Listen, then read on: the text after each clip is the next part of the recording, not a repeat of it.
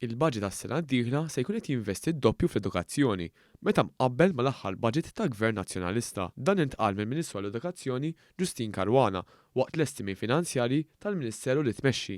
Hija u titkellem fil-Parlament, il-Ministru Caruana spjegat l-investiment qawwi fl-infrastruttura edukattiva fejn se tkompli l-bini ta' skejjel ġodda fl-Imsida u r-Rabat Għawdex filwaqt li se jsir proġett ta' modernizzar fl-iskejjel ta' ħal-Qormi, tal-Mellieħa, ta' ħalaxa u oħrajn fil-Gżejjer ta' Tletolijiet. Il-Ministru għall-Edukazzjoni semmit kif dan il-budget wassal għall-akbar żieda fl-istipendji dik ta' 10% waqt li żgħażagħ jistgħu jaħdmu sa 25 siegħa fil-ġimgħa flok 20 siegħa biex jibqgħu jirċievu l-istipendju. Il-Ministru spjegat li b'dawn iż-żewġ miżuri il-Gvern se jkun qed jagħmel investiment ta' 5 miljun euro f'żieda totali tal-istipendji. Il-Ministru Caruana semmit ukoll li f'Jannar li ġej se tkun qed terġa' testendi skema. U din is-sena wkoll wettaqna miżura importanti ħafna fejn tajna internet b'xejn għal dawk it-3,100 student li jaslu li jkomplu l-istudji tagħhom kif jispiċċaw l-iskola sekondarja, ġew allokati miljun euro għal din l-iskema u din is-sena wkoll ser nerġgħu nagħmluha fil-fatt se jitnieda